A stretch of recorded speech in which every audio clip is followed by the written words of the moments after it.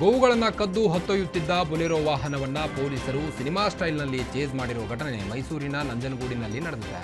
ಪೊಲೀಸರಿಂದ ತಪ್ಪಿಸಿಕೊಳ್ಳಲು ಅತಿ ವೇಗವಾಗಿ ಚಲಾಯಿಸುತ್ತಿದ್ದ ವಾಹನ ಪಲ್ಟಿಯಾಗಿದೆ. ಈ ವೇಳೆ 20ಕ್ಕೂ ಹೆಚ್ಚು ಕರುಗಳನ್ನು ರಕ್ಷಣೆ ಮಾಡಲಾಗಿದೆ. ಹುಲ್ಲಹಳ್ಳಿ ಪೊಲೀಸ್ ಠಾಣಾ ವ್ಯಾಪ್ತಿಯಲ್ಲಿ ಘಟನೆ ನಡೆದಿದ್ದು, ಜಯಪುರ ಪೊಲೀಸರಿಗೆ ಅಕ್ರಮವಾಗಿ ಜಾನುವಾರುಗಳನ್ನು ಸಾಗಿಸುತ್ತಿರುವ ಮಾಹಿತಿ ಸಿಕ್ಕಿತ್ತು. ತಕ್ಷಣ ಎಚ್ಚೆತ್ತ ಪಿಎಸ್ಐ ಹೇಮಾವತಿ ತಂಡ ಹುಲ್ಲಹಳ್ಳಿ ಪಿಎಸ್ಐ ಚೇತನ್ ಕುಮಾರ್ಗೆ ಮಾಹಿತಿ ರವಾನಿಸಿದ್ರು. ಚೇತನ್ ಕುಮಾರ್ ಸಹ ಸಿಬ್ಬಂದಿ ಸಮೇತ ಜಾನುವಾರುಗಳನ್ನು ಸಾಗಿಸುತ್ತಿದ್ದ ವಾಹನ ಹಿಡಿಯಲು ಕಾರ್ಯಾಚರಣೆ ನಡೆಸಿದ್ದಾರೆ. ಫಿಲ್ಮಿ ಸ್ಟೈಲ್ನಲ್ಲಿ ಗೋ ಕಳ್ಳರಿಗಾಗಿ ಚೇಸ್ ಮಾಡಿದ್ದಾರೆ.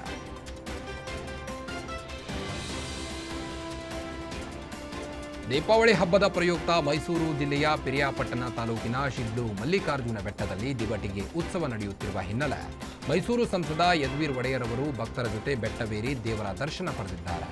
ಸುಮಾರು 3600 ಮೆಟ್ಟಿಲುಗಳನ್ನು ಒಳಗೊಂಡ ಶಿಡ್ಲು ಮಲ್ಲಿಕಾರ್ಜುನ ಬೆಟ್ಟದಲ್ಲಿ ದೀಪಾವಳಿ ಹಬ್ಬದ ವೇಳೆ ವರ್ಷಕ್ಕೆ ಒಮ್ಮೆ ಜರುಗುವ ದಿವಟಿಗೆ ಉತ್ಸವ ಆಚರಿಸಲಾಗುತ್ತದೆ.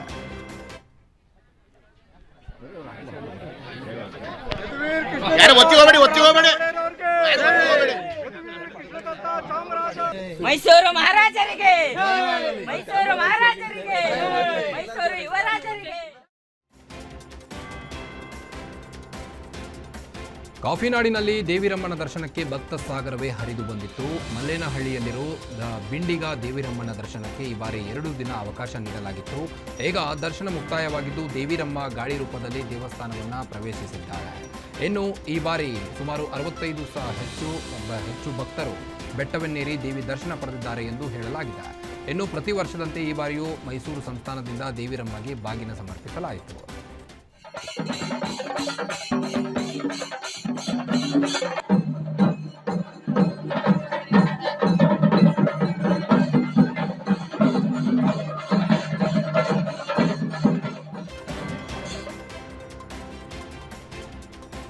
ಹಾಸನಾಂಬ ದೇವಿ ದರ್ಶನಕ್ಕೆ ಇಂದು ಕೊನೆ ದಿನ. ಹಬ್ಬದ ಪ್ರಯುಕ್ತ ಭಕ್ತರ ಸಂಖ್ಯೆಯಲ್ಲೂ ಗಣನೀಯ ಇಳಿಕೆಯಾಗಿದೆ. ಧರ್ಮದರ್ಶನ ಹಾಗೂ ಸರತಿಯ ಸಾಲುಗಳಲ್ಲಿ ಭಕ್ತರ ಸಂಖ್ಯೆ ಕಡಿಮೆಯಾಗಿದೆ. ಇಲ್ಲಿಯವರೆಗೆ 22 ಲಕ್ಷಕ್ಕೂ ಹೆಚ್ಚಿನ ಸಂಖ್ಯೆಯ ಭಕ್ತರು ದೇವಿಯ ದರ್ಶನ ಪಡೆದಿದ್ದಾರೆ. ನಾಳೆ ಸಂಜೆ 7 ಗಂಟೆಯಿಂದ ಧಾರ್ಮಿಕ ಕಾರ್ಯಕ್ರಮಗಳು ಪ್ರಾರಂಭವಾಗಲಿವೆ. ಗುರುವಾರ ಮಧ್ಯಾಹ್ನ 12 ಗಂಟೆಗೆ ಹಾಸನಾಂಬೆ ಗರ್ಭಗುಡಿ ಬಾಗಿಲು ಮುಚ್ಚುವ ಮೂಲಕ ಈ ವರ್ಷದ ಹಾಸನಾಂಬೆ ಉತ್ಸವಕ್ಕೆ ವಿದ್ಯುಕ್ತ ತೆರೆ ಬೀಳಲಿದೆ.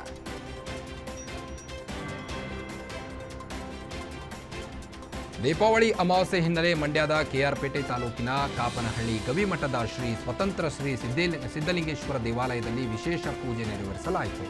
1000 ಮೂಸಂಬಿ ಹಣ್ಣಿನಿಂದ ಪವಾಡ ಪುರುಷ ಶ್ರೀ ಸಿದ್ದೇಶ್ವರನಿಗೆ ವಿಶೇಷ ಅಲಂಕಾರ ಮಾಡಲಾಗಿದ್ದು, ಸಾವಿರಾರು ಭಕ್ತಾದಿಗಳು ಆಗಮಿಸಿ ದರ್ಶನ ಪಡೆದರು.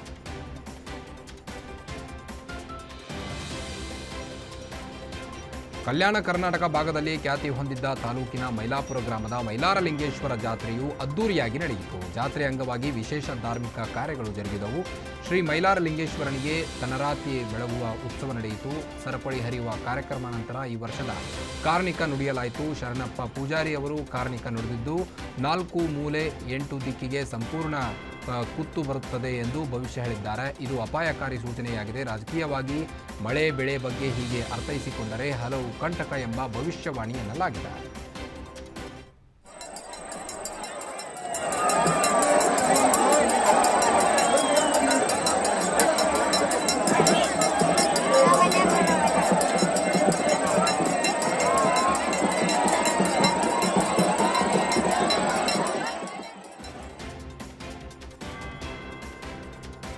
ರಸ್ತೆ ಬದಿ ಬೈಕ್ ನಿಲ್ಲಿಸಿ ಎಣ್ಣೆ ಹೊಡೆಯಲು ಹೋಗಿದ್ದ ಬೈಕ್ ಸವಾರ ವಾಪಸ್ ಬಂದಾಗ ಆತನಿಗೆ ದೊಡ್ಡ ಆಘಾತ ಎದುರಾಗಿತ್ತು. ಆತನ ಸ್ಕೂಟಿ ಒಳಗೆ ನಾಗರಹಾವು ಸೇರಿದ್ದನ್ನು ಕಂಡು ಬೈಕ್ ಸವಾರ ಹೌಹಾರಿದ್ದಾನೆ. ಚಿಕ್ಕಮಗಳೂರಿನ ಮೂಡಿಗೆರೆ ಪಟ್ಟಣದ ಗಂಗನಮಕ್ಕಿಯಲ್ಲಿ ಒಂದು ಘಟನೆ ಸಂಭವಿಸಿದ್ದು, ಸರ್ಮೇಶ್ ಎಂಬಾತನಿಗೆ ಸೇರಿದ್ದ ಸ್ಕೂಟಿ ಇದಾಗಿದ್ದು, ಎಣ್ಣೆ ಏಟಲ್ಲಿ ಹಾವನ್ನು ಹೊರತೆಗೆಯಲು ಸಾಹಸ ಮಾಡುತ್ತಿದ್ದ. ಈ ವೇಳೆ ಅದೇ ರಸ್ತೆಯಲ್ಲೇ ಸಾಗುತ್ತಿದ್ದಂಥ ಉರಗ ತಜ್ಞ ಸ್ನೇಕ್ ಆರೀಫ್ ಹಾವನ್ನು ಸೆರೆ ಹಿಡಿದಿದ್ದಾರೆ. 10 ನಿಮಿಷಗಳ ಕಾಲ ಬೈಕಿನ ಮುಂಭಾಗ ಬಿಚ್ಚಿ ಹಾವಿನ ಸೆರೆ ಹಿಡಿಯಲಾಗಿದೆ. ನಂತರ ಹಾವನ್ನು ಚಾರ್ಮಾಡಿ ಅರಣ್ಯಕ್ಕೆ ಬಿಡಲಾಗಿದೆ.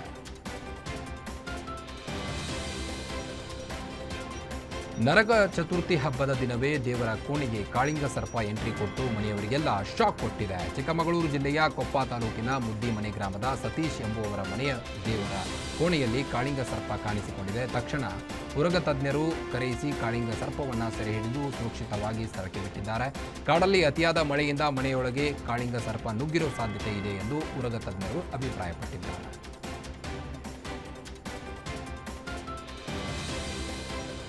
ಕೋಲಾರದಲ್ಲಿ ವಿಶಿಷ್ಟವಾಗಿ ಬೆಳಕಿನ ಹಬ್ಬ ದೀಪಾವಳಿಯನ್ನ ಆಚರಣೆ ಮಾಡಲಾಗಿದೆ. ಕೋಲಾರ ಪರಿಸರ ಪ್ರೇಮಿಗಳ ಬಳಗದಿಂದ ಹಸಿರು ದೀಪಾವಳಿ ಆಚರಣೆ ಮಾಡಿದ್ದಾರೆ. ಹಬ್ಬದ ಪ್ರಯುಕ್ತ ಉಚಿತವಾಗಿ ವಿವಿಧ ಗಿಡ ಮರಗಳ ಸಸಿಗಳನ್ನು ವಿತರಣೆ ಮಾಡಲಾಗಿದ್ದು, ಇದಕ್ಕೆ ಕೋಲಾರ ಎಸ್ಪಿ ನಿಖಿಲ್ ಬಿ ಚಾಲನೆ ನೀಡಿದರು.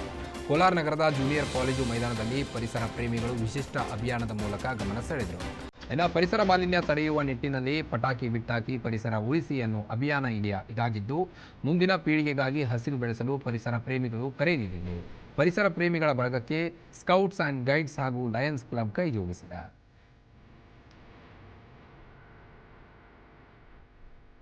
ರಾಜ್ಯ ಸರ್ಕಾರದ ಆದೇಶವನ್ನ ಮತ್ತೊಬ್ಬ ಶಿಕ್ಷಕ ಅಲ್ಲಗಳೆದ ಘಟನೆ ಯಾದಗಿರಿಯಲ್ಲಿ ನಡೆದಿದೆ. ಸರ್ಕಾರದ ಆದೇಶ ಉಲ್ಲಂಘಿಸಿ ಗಣವೇಶ ಧರಿಸಿ ಆರ್ಎಸ್ಎಸ್ ಪಥಸಂಚಲನದಲ್ಲಿ ಭಾಗಿಯಾಗಿದ್ದು ಕಂಡುಬಂದಿದೆ. ಯಾದಗಿರಿ ತಾಲೂಕಿನ ಬೆಳಗೇರ ಗ್ರಾಮದಲ್ಲಿ ಕೊಯ್ಲೂರು ಸರ್ಕಾರಿ ಹಿರಿಯ ಪ್ರಾಥಮಿಕ ಶಾಲೆಯ ಶಿಕ್ಷಕ ಅಶೋಕ್ ಪಥಸಂಚಲನದಲ್ಲಿ ಭಾಗಿಯಾಗಿದ್ದ ಈ ಫೋಟೋಗಳು ವೈರಲ್ ಆಗಿದೆ. ಸರ್ಕಾರದ ಆದೇಶವನ್ನ ಅಲ್ಲಗಳೆದ ಮತ್ತೊಬ್ಬ ಶಿಕ್ಷಕ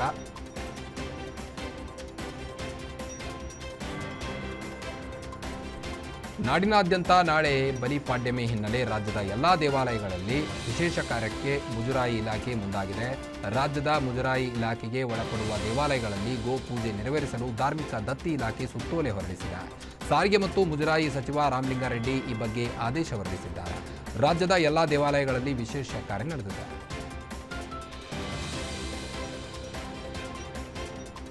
ಕಲಬುರಗಿಯಲ್ಲಿ ಆರ್ಎಸ್ಎಸ್ ಪಥಸಂಚಲನದ ಕಿಚ್ಚು ಹೆಚ್ಚಾಗಿದೆ. ಆರ್ಎಸ್ಎಸ್ ಅರ್ಜಿ ಬೆನ್ನಲ್ಲೇ ಇದೀಗ ದಲಿತ ಸಂಘಟನೆಗಳು ಸಾಲು ಸಾಲು ಅರ್ಜಿ ಸಲ್ಲಿಸಿವೆ. ನಮಗೂ ನವೆಂಬರ್ 2ರಂದೇ ಭೀಮಾ ಪಥಸಂಚಲನಕ್ಕೆ ಅನುಮತಿ ನೀಡಿ ಎಂದು ಮನವಿ ಮಾಡಿದ್ದಾರೆ. ಭೀಮಾ ಆರ್ಮಿ ಬಳಿಕ ಇದೀಗ ದಲಿತ ಪ್ಯಾಂಥರ್ ಸಂಘಟನೆ ಮುಖಂಡರು ಮನವಿ ಸಲ್ಲಿಸಿದ್ದಾರೆ. ಕಲಬುರಗಿ ಡಿಸಿ ಫೌಜಿಯಾ ತರನ್ನುಮ್ ಅವರಿಗೆ ಮನವಿ ಸಲ್ಲಿಸಿದ್ದು, ಅಕ್ಟೋಬರ್ 24ರಂದು ಹೈಕೋರ್ಟ್ನಲ್ಲಿ ಪಥಸಂಚಲನ ಕುರಿತು ವಿಚಾರಣೆ ನಡೆಯಲಿದೆ. 25ರಂದು ಬೆಳಗ್ಗೆ 10 ಗಂಟೆಯಿಂದ ಲಾಂಜಿಂಗ್ ಕ್ರಾಸ್ಲಿಂದ ಚಿತ್ತಾವಲಿ ದರ್ಗಾ ಮೈದಾನದವರೆಗೆ ಕೇಂದ್ರ ಬಸ್ ನಿಲ್ದಾಣ, Basaveshwara circle, doctor Ambedkar circle, Bhuvaneshwari circle ಮುಖಾಂತರ ಒಂದು ಸಂವಿಧಾನದ ಪೀಠಿಕೆ ಕೈಯಲ್ಲಿ ಹಿಡ್ಕೊಂಡು ನೀಲಿ ಧ್ವಜಗಳೊಂದಿಗೆ ಪಥಸಂಚಲನ ಮಾಡ್ತಾ ಇದ್ದೆವು. ಮಾಡಿ ನಾವು ಯಾವುದೋ ಒಂದು ಬಹಿರಂಗ ಸಭೆ ಏನಿಲ್ಲ, ಓನ್ಲಿ ಸಂವಿಧಾನದ ಅರಿವು ಮೂಡಿಸ್ಬೇಕು ಮತ್ತು RSS ಕೋಮುವಾದಿ ಸಂಘಟನೆ ಆದಂಥದ್ದು ಇದೆ ಅಂತೇಳಿ ಒಂದು ಸಂವಿಧಾನಬದ್ಧವಾಗಿ ನಾವು ಸರ್ಕಾರ ಈಗಾಗಲೇ ಕೋರ್ಟ್ ಯಾವ ದಾಖಲಾತಿ ಜಿಲ್ಲಾಧಿಕಾರಿ ಕೊಡಬೇಕಂತ ಹೇಳಿತ್ತು. ನಾವು ಸಂಬಂಧಪಟ್ಟ ಎಲ್ಲ ದಾಖಲಾತಿಗಳನ್ನು ಜಿಲ್ಲಾಧಿಕಾರಿಗಳಿಗೆ